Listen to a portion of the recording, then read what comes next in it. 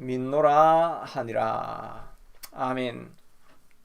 오늘 말씀을 통해서 은혜로다 주의 은혜라는 제목으로 은혜를 나누기를 원합니다. 지금까지 13장 14장에서는 사도 바울이 1차 전도 여행을 통해서 갈라디아, 지금의 터키 반도 있는 지역에 복음을 전하고 돌아온 사건입니다. 사도 바울과 바나바가 돌아온 이후에 안디옥 교회에 선교 보고를 하고 그들과 오래 머물면서 그들을 계속해서 지도하고 또 말씀을 가르치는 생활을 하고 있을 때였습니다. 남쪽 예루살렘에서 한 500km 정도나 떨어져 있는 곳이지요.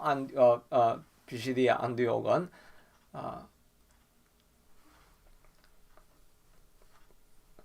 그 교회로 500km 정도 떨어진 곳으로까지 유대인 중에서 믿고 신자가 된 사람들이 올라와서 복음을 말하는데, 그들은 말하기를 너희가 그래도 율법을 지키고 할례를 받아야 구원을 얻을 것이라고 선포하게 됩니다. 구원에 관한 덕목이기 때문에 아주 중요한 교리라고 할 수가 있겠죠. 너희가 예수를 믿음으로만, 은혜로만 구원을 받는 것이 아니라 너희가 율법을 잘 지키고 또 할례라고 하는 이 형식적인 규례를 거쳐야만 구원을 받을 수 있는 조건에 대해서 말을 하고 있는 것입니다. 이 구원론에 대해서 결정하는 것은 너무나 중요한 일이지요. 그래서 바울과 바나바, 또 반대편에서 온 이 예루살렘에서 온 유대인 신자들과 논쟁이 계속해서 일어나게 됩니다. 사도 바울의 싸움이 계속 이것이죠. 끊임없이 가는 곳마다 이방인들은 믿고 주님께로 돌아오는데 유대인들이 끊임없이 모세의 율법을 지켜야 한다는 이야기를 반복적으로 말하기 때문에, 이것 때문에 큰 갈등이 계속해서 일어나서 사도 바울을 어찌하든지 유대인들은 죽이려고 하는 그런 기록들을 우리가 계속해서 보지 않습니까? 그러나 사도 바울은 끊임없이 말하고 또 나중에 로마서와 같은 이런 복음서를, 복음에 관한 내용을 쓰므로 말미암아 우리의 구원이 오직 믿음으로 믿음에 이르게 한다는 것을 다시 한번 확정하게 되는 것입니다. 그러나 이런 과정이 이기까지는 끊임없는 논쟁과 분쟁과 갈등이 일어나게 되는 것을 보게 됩니다. 그런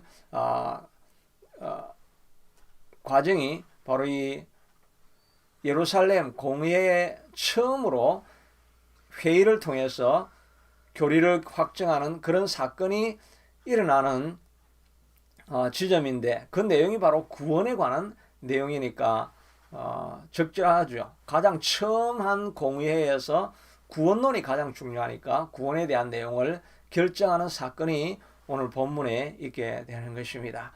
이렇게 계속해서 바울과 바나바와 유대인 신자가 갈등이 계속해서 일어나니까 적지 않은 변론이 일어났다라고 이야기를 하게 됩니다. 그러자 이들이 다 결정하고 말하기를 바나바와 바울 또 그중 몇 사람을 선택하여서 예루살렘에 있는 사도와 장로들에게 보내기로 결정하게 되어집니다. 자기들이 교회 안에서 해결이 되어지지 않는 문제에 대해서는 더 지금도 우리가 노회에 가서 그 문제를 상정을 하고, 노회에서 결정이 되지 않는 것은 다시 총회로 올려서 그 문제를 해결하지 않습니까? 교회도 혼자서는 때로는 결정할 수 없고, 혼자서 있을 때는 잘못된 길로 갈 수 있기 때문에 이와 같은 조직이라는 것이 있어서 한 길로 걸어갈 수 있게 되도록 늘 협력하고 보조하는 모습을 보게 되는 것입니다. 그래서 오늘날도 우리가 노예와 총회가 있고 또 다른 교단에서는 감독이 있고 이런 여러 가지 조직들이 있게 되는 것을 보게 됩니다. 이것들은 꼭 필요한 일이라고 할 수 있겠죠. 누구 한 사람도 완벽한 사람이었기 때문에 많은 믿음의 사람들이 모여서 공동체를 이루어서 의사결정을 내리는 것이 꼭 필요한 일이 되는 것입니다. 우리 인생도 마찬가지겠지요. 어려운 문제가 있을 때 자기 혼자로서는 해결하지 못할 때가 있습니다. 그때 우리에게 좋은 멘토가 있고 좋은 친구가 있고 좋은 동력자들이 있고 지도자가 있다고 한다면 우리가 잘못된 길로 가지 않게 되겠지요. 그러니까 끊임없이 우리 주변에 좋은 멘토들을 두는 것이 필요한 것입니다. 시편 1편에도 복 있는 사람은 악인의 길을 쫓지 아니하고 죄인의 자리에 앉지 아니하고 오만한 자들과 함께하지 않는다라고 말하고 있습니다. 복이 있게 되기 위해서는 좋은 자리, 주변에 좋은 사람들이 다 믿음의 사람들이 주변에 같이 있는 것이 꼭 필요한 것이지요. 나아만 장군도 그가 분노하여서 엘리사의 푸대접에 분노하고 돌아가려고 하는데 그 종중에 몇몇이 이보다 더 어려운 일을 해도 하시지 않겠습니까? 그죠? 물 속에 들어가서 7번 있다가 나오라고 하는데 이거 못할 것이 무엇이 있겠습니까? 라고 하면서 나만을 진정시키고 그에게 좋은 조언을 해주니까 그 말을 듣고 그가 물에 들어가서 끝까지 7번 들어갔다 나오니까 피부가 완전히 어린 아이와 피부와 같이 바뀌어졌던 것을 보게 되지요. 이와 같이 우리가 어려울 때 좋은 친구, 좋은 자가 옆에 있다고 한다면 우리 인생이 많은 실패를 겪지 않아도 될 것입니다. 그러니까 좋은 동력자 또 교훈, 멘토를 옆에 두고 있는 것이 얼마나 소중한지 모르는 것입니다. 우리에게 가장 좋은 멘토가 있다고 한다면 바로 예수님이라고 할 수가 있겠죠.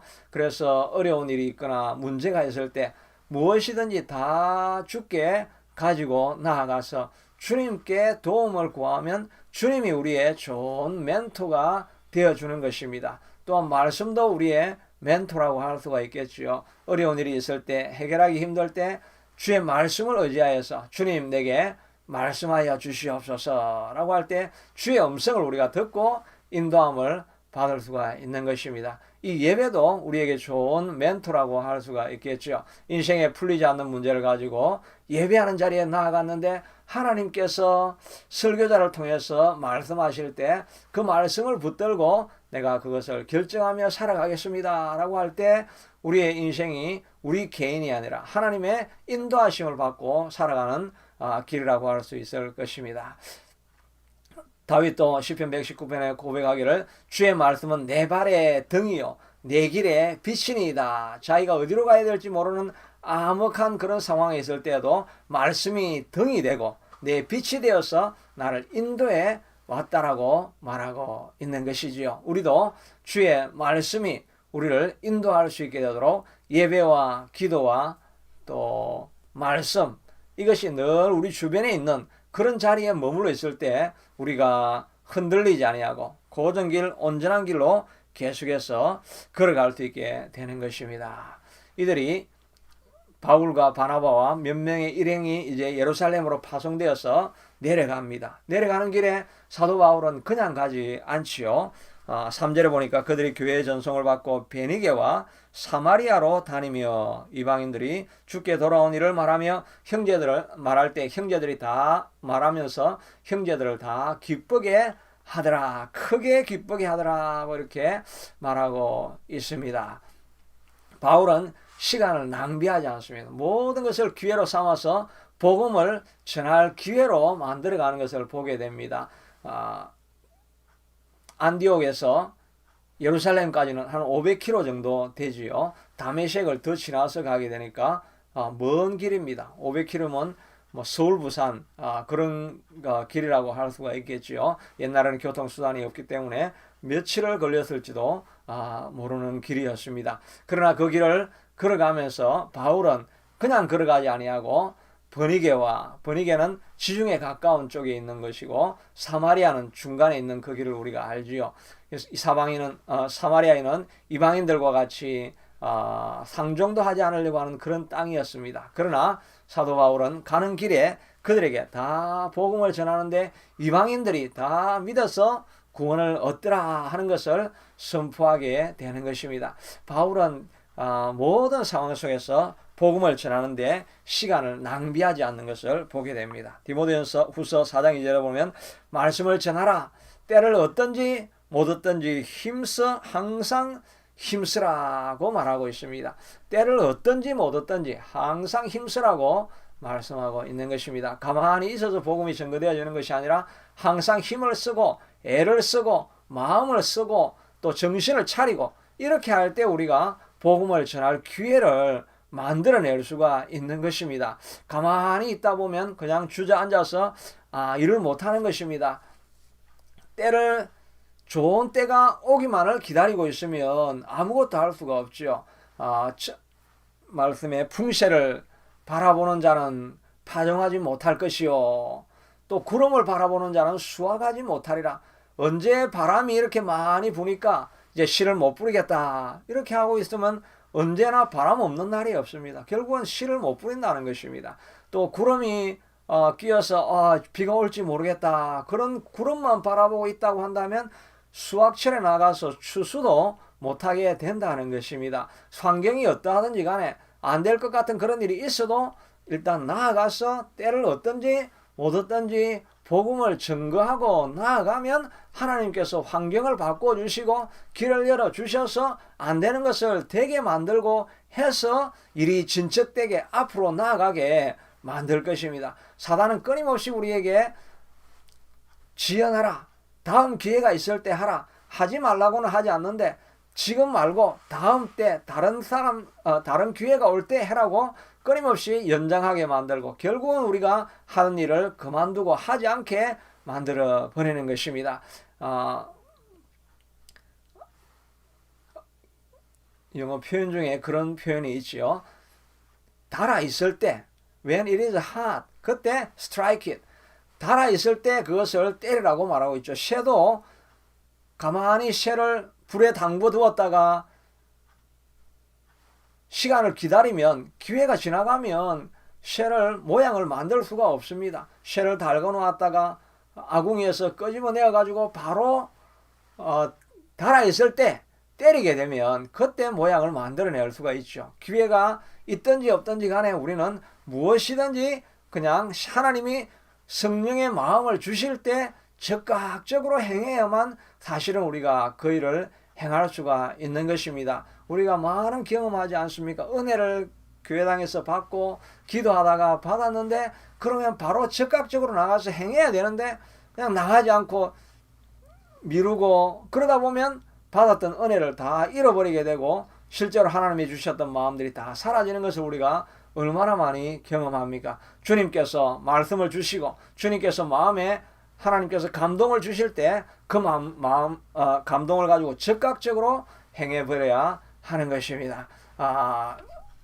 허물을 하는 것도 마찬가지겠죠. 하나님께서 그런 마음을 주셨을 때 적극적으로 하지 않으면 조금 지나고 나면 아까운 마음이 생깁니다. 이것을 가지고 여기에도 써야 되겠고 저기도 써야 되겠고 할 일들이 너무나 많이 생각이 나서 그냥 주신 감동을 잊어버릴 때가 있습니다. 복음을 전하려고 할 때도 저 사람에게는 될까 안 될까 이런 생각을 하고 있으면 복음을 전가하지 못하지요. 그냥 사람이 보이면 하나님이 감동을 주시면 적극적으로 나아가서 순종하여서 말씀을 전하게 될 때 하나님의 역사를 경험하게 되어지고 하나님의 능력을 체험하게 되는 것입니다. 사도 바울은 안디옥에서 예루살렘까지 환경이 어떠하든지 간에 또 어떤 지역 사마리아 지역을 지나든지 간에 어떤 환경이 있든지 간에 그런 때를 얻든지 못 얻든지 계속해서 말씀을 전하게 되는 것입니다. 그때 하나님의 역사를 경험하게 될 것입니다.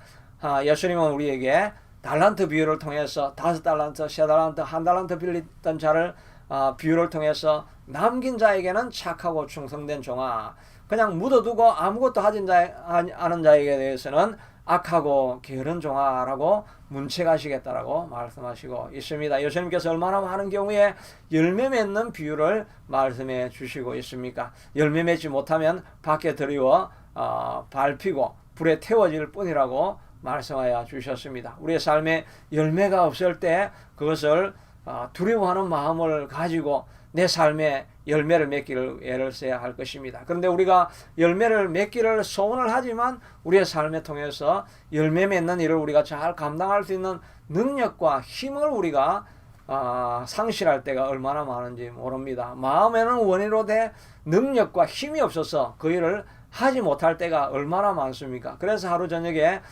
돌아보면서 낙심하고 절망감을 가질 때가 있습니다. 소원이 없는 것이 아니라 소원은 있는데 우리가 할 힘을 잃어버릴 때가 있습니다. 그러나 우리가 주님께 나아가면 여호와를 앙망하는 자에게는 새 힘을 더하시리니 독수리에 날개치며 올라갈 것이요 다른 박질하여도 피곤치 아니하겠고 걸어가도 곤비치 아니하겠다라고 말씀하여 주셨습니다. 할 마음은 있지만 할 능력이 없다고 생각되어질 때 하나님 앞에 주여 주님이 주신 감동을 행할 능력과 힘도 우리에게 공급해 주시옵소서라고 기도할 때 모든 것을 하나님 앞에 구할 때 하나님께서 은혜로 힘과 능력도 주시게 되는 것입니다. 비전을 우리에게 심어 주셨고 그 마음에 주님께서 열정을 심어 주셨으면 그것을 감당할 수 있는 힘도 주님께서 달라고 우리가 간구할 때 하나님께서 비전도 주시고 열정도 주시고 또 감당할 수 있는 힘도 주셔서 그 일을 감당하게 되는 것입니다. 우리 힘으로는 아무것도 할 수가 없는 것입니다. 그러나 주님 앞에 나아가면 주님께서 모든 것을 가능하게 만들어 주시게 되는 것입니다. 시편을 보니 내가 산을 향하여 눈을 들리라 나의 도움이 어디서 올꼬 천지를 지으신 여호와에게서로다. 시편 기자도 주의 나라와 주의 일을 감당하려고 하는데 힘이 생기지 않습니다. 그러나 그때 그는 산을 향하여 눈을 들고 바라보며 나의 도움이 어디서 올꼬 나의 도움은 천지를 지으신 여호와에게서로다 라고 고백하며 도움을 여호와께 구하게 되는 것입니다. 이제 이들이 예루살렘에 도착을 해서 사도 바울이 지나온 모든 하나님의 역사를 선포하게 됩니다. 그래서 이방인에게 그저 은혜로 하나님께서 구원을 베푸시는 것을 선포하게 되는데 이럴 때 또 반대하는 세력들이 일어나게 되는 것입니다. 5절에 보니까 바리새파 중에 어떤 믿는 사람들이 일어나 말하되 이방인에게 할례를 행하고 모세의 율법을 지키라 명하는 것이 오히려 마땅하다라고 이렇게 선포하는 것을 보게 됩니다. 믿음으로 모든 역사를 이야기해도 이 유대인들은 바리새파 신자가 된 것이죠. 바리새인 중에서도 예수 그리스도를 영접하고 신자가 된 사람들이 있습니다. 이 바리새인들은 율법에 대해서 얼마나 엄격합니까? 물론 바리새파들이 형식적인 하나님 없는 믿음을 가지고 종교 행사를 했기 때문에 우리가 그것들을 그들에 대해서 회칠한 무덤이다라고 하면서 예수님도 많은 비난을 하셨지만 그러나 그들이 율법을 지켜나가는 수고와 헌신은 우리가 무시할 수가 없는 것입니다. 일주일에 2번을 금식을 하고 그가 날마다 기도하는 자리에 나아가고 율법을 따라 살기 위해서 온 힘을 기울였기 때문에 그 당시에 바리새인들은 유대인들 사회 속에서 소수로 존중을 받던 사람들이었습니다. 이 사람들이 예수를 믿고 들어오니까 우리가 이렇게 율법을 지키기 위해서 온 힘과 마음을 기울였는데 이렇게 노력을 해야 구원을 받는 것이지 그냥 믿는다라고 말만 해가지고 구원을 받는 게 너무나 그 값싼 구원이 아니겠느냐 이런 주장을 하면서 바울을 반대하는 것입니다. 그러나 바울은 하나님이 역사하는 것을 보았습니다. 이방인들이 악하고 우상을 섬기고 음란하고 온갖 죄를 지은 그런 사람들이라 할지라도 주님의 말씀을 받아들이니까 그들에게 성령의 뜨거운 역사가 일어나면서 놀라운 기적들이 수없이 일어나는 것을 보게 되는 것입니다. 그 말은 예수님이 바로 하나님이 이런 이방인들 죄 많은 인간이라 할지라도 예수 그리스도를 영접하기만 하면 그들에게 하나님께서 구원의 은혜를 베푼다는 것을 확인하고 볼 수가 있었던 것이죠. 그러니 하나님을 경험하지 못한 사람들은 이론을 가지고 말을 하게 되는 것입니다. 그러나 이 바리새인들이 해야 될 일은 자기의 기득권을 내려놓아야 하는 것입니다. 우리가 지금까지 가지고 왔던 그런 전통적인 방식 그것만이 구원의 길이다라고 이렇게 생각하는 어리석음이 있는 것입니다. 이것을 통해서 우리 자신에게 적용해 보면 우리 자신도 마찬가지죠. 우리 자신이 과거의 자신을 바라보면서 나는 이런 사람이었다라고 생각하기 때문에 옛자의 모습을 생각할 때가 많이 있습니다. 그러나 우리는 다 주님 안에서 새로운 길을 새로운 구원의 길을 받은 것입니다. 그래서 우리 주님 안에서 새로운 사람이 된 것입니다. 누구든지 그리스도 안에 있으면 새로운 피조물이라.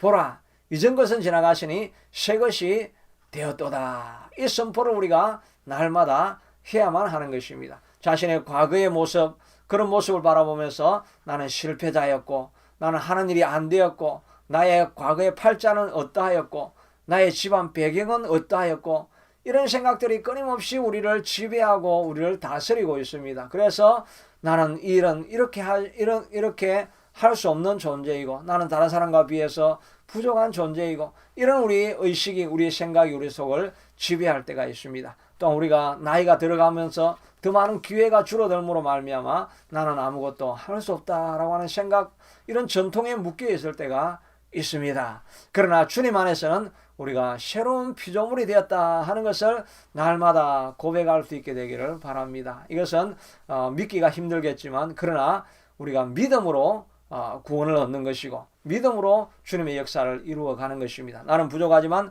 주님은 나를 새롭게 해주셨다 하는 것을 믿음으로 날마다 선포할 수 있게 되기를 바랍니다. 예수 그리스도를 믿음으로 말미암아 나는 구원받은 부활할 자가 되었고, 예수 그리스도로 말미암아 나는 모든 저주는 내 인생에서, 예수님이 십자가를 나무에서 달린 자마다 저주를 받은 자라고 하였는데, 예수님의 나무에 달려서 나의 모든 저주를 앗아가 버렸기 때문에 나는 이제 저주받은 자가 아니다. 내 인생의 모든 저주는 떠나갔다라고 선포할 수 있어야 할 것입니다. 또한 부유한 자로서 가난하게 되시면 가난한 너희로 부욕해 하려 하심이라고 말씀하여 주셨사오니, 우리가 가난할 때라도 주님이 나로 위해서 부욕해 하시기 위해서 돌아가신 것을 알고, 모든 가난의 저주도 주님께서 우리를 부요와 풍족함으로 채워주실 것을 믿어야 할 것입니다. 물질적인 풍요뿐만 아니라 우리의 마음의 풍요를 하나님께서 허락하여 주셔서 모든 평강으로 지나게 하실 수 있는 그런 존재가 되었다는 것을 우리가 고백해야 할 것입니다. 우리의 저주 가운데 질병의 저주도 있지요. 모든 질병도 예수님께서 그 사역의 3분의 1을 치유하는 시간에 보냈던 것을 보면서 주님 안에서 치유가 일어날 것을, 모든 질병의 저주와 연약함이 떠나갈 것을 믿음으로 선포하며 나가야 할 것입니다. 바울이 이렇게 바리새파 유대인들이 일어나서 이렇게 구원하려고 하면, 구원받기 위해서는 모세의 율법과 할례도 받아야 된다라고 이야기할 때 베드로가 결정적으로 말을 하는 내용이 10절 이후에 읽었던 말씀이죠. 너희가 어찌하여 하나님을 시험하여 우리도 능히 감당하지 못했던 이 멍에 율법을 지켜야 구원을 받는다는 것을 그들에게 멍에를 씌워두려고 하느냐. 그러나 하나님께서는 우리와 동일하게 주 예수의 은혜로 그들을 구원하신다라고 말씀하시느니라고 마지막으로 선포를 하고 있는 것입니다. 오직 우리는 은혜로 구원받는 존재가 되었다는 것을 말해주고 있는 것이죠. 예수님께서 말씀하시기를 수고하고 무거운 짐진 자들아 다 내게로 오라. 내 멍에는 쉽고 내 짐은 가벼움이니라. 너는 내게로 와서 배우라. 그리하면 너희가 쉼을 얻으리라. 이는 내 멍에는 쉽고 내 짐은 가벼움이라. 주님께로 나아가는 길은 쉽고 가벼운 것입니다. 오직 믿음으로 주님이 주시는 은혜로 말미암아 우리가 구원을 얻는 것입니다. 우리가 아무리 거룩한 경건한 삶을 산다 할지라도 예수 그리스도를 믿는 믿음이 없이는 구원에 이르지 못하게 되고, 우리가 아무리 많은 흉악한 죄를 범하였다 할지라도 예수 그리스도를 영접하게 되어질 때 그 영접하고 믿는 믿음에 대해서 주님이 은혜로 부어주시는 것이 우리의 구원이 되는 것입니다. 그러므로 우리는 오직 은혜로만 구원을 받는 존재가 되어진 것입니다. 이 교리가 바로 예루살렘 공의회를 통해서 결정되어진 구원의 도리가 되어진 것이고, 이것이 오늘날 모든 개신교의 전통 속에서 그대로 남아있게 되는 것입니다. 구원은 오직 믿음으로만, 주님이 주시는 은혜로만 이루어지게 되는 것입니다. 우리가 이런 은혜 받은 자로 이제 삶을 살아가야 한다고 한다면, 그런 구원을 받은 사람이 된다고 한다면 우리가 어떤 삶을 살아야 할 것이겠습니까? 그것은 늘 우리가 주님 안에서 빚진 자의 마음으로 살아야 하겠지요. 우리가 죽을 수밖에 없는 죄인이었는데 아무런 공로도 없이 경건치 아니한 자를 주님께서 의롭다고 여겨주시고 구원을 선물로 주셨으니 우리가 주님 안에서 빚진 자가 되어진 것이 아니겠습니까? 그래서 사도 바울은 고백하기를 내가 헬라인이나 야만인이나 지혜 있는 자나 어리석은 자나 내가 모두에게 빚진 자가 되었다라고 말하고 있습니다. 그리고 빚진 자이기 때문에 자기의 모든 것을 드리는 것을 아까워하지 않는 마음으로 살아가게 되는 것이지요. 우리가 공짜로 새로운 생명을 얻었는데 주님께 드리지 못할 것이 무엇이 있겠는가? 이런 마음으로 사도 바울은 예루살렘을 향해서 찾아가면서 주 예수께 받은 사명, 이 복음을 증거하려 하면은 내 생명도 조금도 아까운 것으로 여기지 아니하노라. 그 생명도 드리는 것이 아깝지 않다고 하는 것입니다. 왜냐하면 그는 더 많은 것을 받았다고 생각하기 때문이지요. 예수님 앞에서 향유옥합을 부었던 여인도 마찬가지겠지요.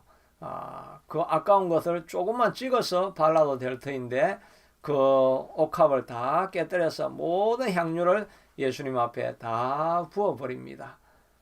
왜 그렇겠습니까? 그는 받은 은혜가 그것보다 더 많다는 것을 그가 알고 있었기 때문인 것입니다. 자기를 죄에서 구원하셨고 또 7 귀신 들린 막달라 마리아였다고 한다면 귀신을 쫓아내고 새로운 인생을 만들어 주셨다는 그 은혜가 너무나 놀라운 것이고 크신 것이기 때문에 다 드려도 그는 전혀 아까운 것이 없는 것입니다. 우리도 이와 같은 은혜를 받은 자로 살아가야 할 것입니다. 은혜 받은 자가 빚진 자의 삶으로 살아가는데 무엇을 드려도 우리가 아까운 것이 있겠습니까? 그러므로 우리의 마음 가운데 다윗이 고백한 것처럼 하나님이여 내가 구원의 기쁨, 구원의 감격을 회복시켜 주시옵소서라고 고백하며 나아가야 할 것입니다. 이 구원의 감격을 잃어버렸을 때 주님 앞에 드리는 것이 다 아까운 마음이 되는 것이죠. 그러나 이 구원의 감격을 우리가 잊지 않게 해달라고 기도하는 것이 필요할 것입니다. 또한 용서하는 마음도 일어나야 되겠지요. 1만 달란트 빚진 자의 비유 알고 있지 않습니까? 1만 달란트는 6천만 원 정도 된다고 하니까 그것을 만 배를 해야 되니까 뭐 이루 헤아릴 수 없는 그런 재물을 빚진 자가 다 탕감을 받고 나와가지고 다른 자기에게 300데나리온 빚진 자를 빚을 갚지 않는다고 감옥에 던져넣는 그것을 보고 다시 괘씸하다고 여겨서 감옥으로 투어가는 일이 있었던 것이 바로 우리에게도 끊임없이 일어나는 일이 아니겠습니까? 우리가 모든 은혜를 그저 받았는데 우리가 용서하지 못하는 삶을 살아갈 때가 얼마나 많이 있습니까? 이것은 사람의 힘으로 감당할 수 있는 것이 아니라 하나님이 주신 구원의 감격을 회복하고 하나님이 주시는 은혜를 우리가 체험할 때에 우리가 이런 삶을 꾸준하게 살아갈 수 있게 되는 것이겠지요. 하나님 우리에게 이런 은혜를 주시옵소서라고 고백할 수 있어야 할 것입니다. 또한 우리가 이렇게 은혜로 살아가는 삶이라고 한다면 우리가 날마다 이것은 믿음으로 은혜를 받아들이는 것입니다. 그러므로 우리의 삶 속에서도 끊임없이 날마다 믿음으로 살아가는 것이 은혜 받은 자의 삶이라고 할 수 있겠지요. 우리 하나님께서는 우리에게 모든 좋은 것을 주시기를 원하시는 분이십니다. 우리가 경건하든지 경건하지 않든지 죄악 가운데 있든지 어떤 상황이든지 주님께 회개하고 돌아온 자들에게는 하나님께서 모든 좋은 것을 부으시기를 기뻐하시는 분이시라는 것입니다. 고린도전서 2장 9절에 보면 기록된 바 하나님이 자기를 사랑하는 자들을 위하여 예비하신 모든 것은 눈으로 보지 못하고 귀로 듣지 못하고 사람의 마음으로 생각하지도 못하였다. 하나님께서 부르신 자들, 사랑하는 자들, 바로 우리 신자들이 주님이 사랑하는 자들이 아니겠습니까? 이런 자들에게 하나님께서 주신 것은 귀로 내가 들어본 적도 없고 눈으로 본 적도 없고 마음으로 생각해 본 적도 없는 그런 놀라운 것을 우리에게 주시는 이가 하나님이시라고 말씀하고 있는 것입니다. 그러니까 우리는 믿음으로 살아가는 것이죠. 이 믿음의 예에 대해서 사도 바울은 아브라함의 예를 들고 있지 않습니까? 아브라함이 100세나 되어서 어떤 자녀도 얻을 수 없는 그런 상황이었지만 그러나 아브라함은 은혜를 주시는 하나님을 믿은 것이지요.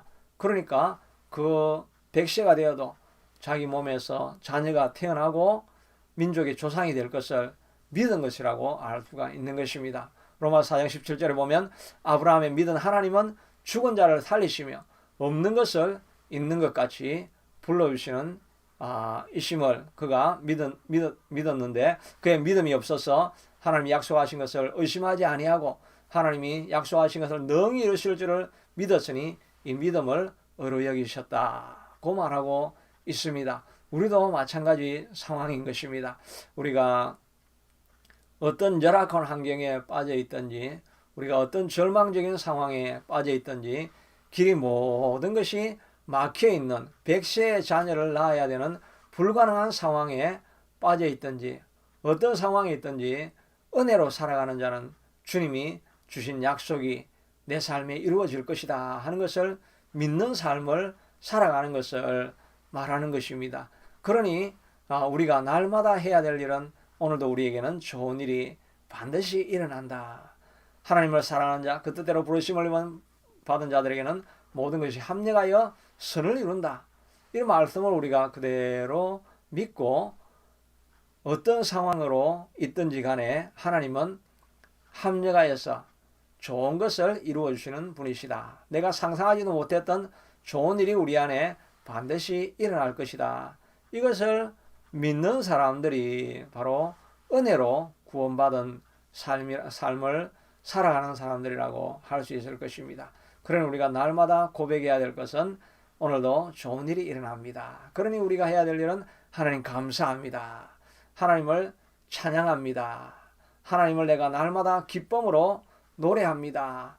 이 삶의 태도로 살아가야 할 것입니다. 지금 아무런 길이 보이지 아니하고 인생 밑바닥에 떨어져 있다 할지라도 하나님은 여전히 내게 최선의 것으로 최고의 것으로 가장 좋은 것으로 내게 거저 주시는 분이시다. 은혜로 주시는 분이시다. 이 믿음을 우리가 가져야 하는 것입니다. 내가 무슨 자격이 있기 때문에 다른 사람보다 거룩한 일을 해놓았기 때문에 이런 일이 일어나는 것이 아니라 그저 은혜 주시기를 기뻐하시는 하나님을 내가 믿고 있기 때문에 신자들은 주님의 자녀들은 결코 망하는 길로 내버려 두지는 않으실 것이라 하는 것을 우리가 믿는 은혜로 주시는 하나님의 은혜를 믿는 그 믿음이 있을 때 하나님께서 그 믿음에 따라서 우리 인생에게 복된 열매들을 맺게 해주시게 될 것입니다. 그러므로 우리가 날마다 아침마다 일어나서 고백해야 될 것은 또 예배 드릴 때마다 고백해야 될 것은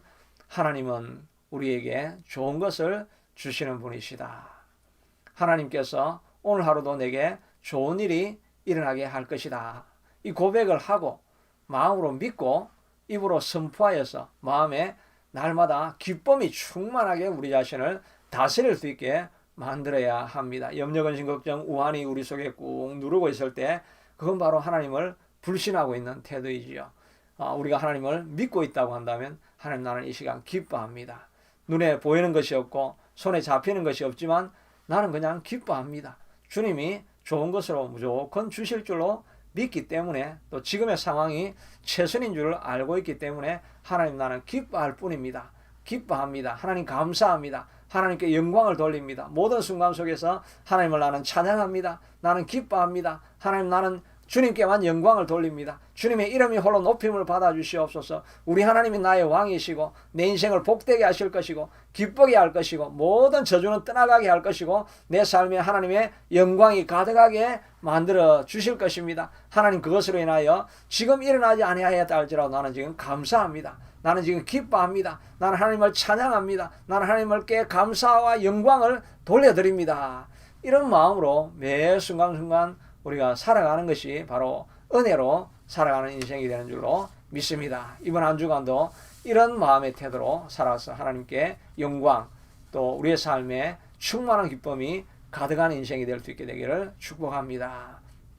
자비하신 하나님, 우리에게는 오직 구원으로 받는 믿음으로 은혜로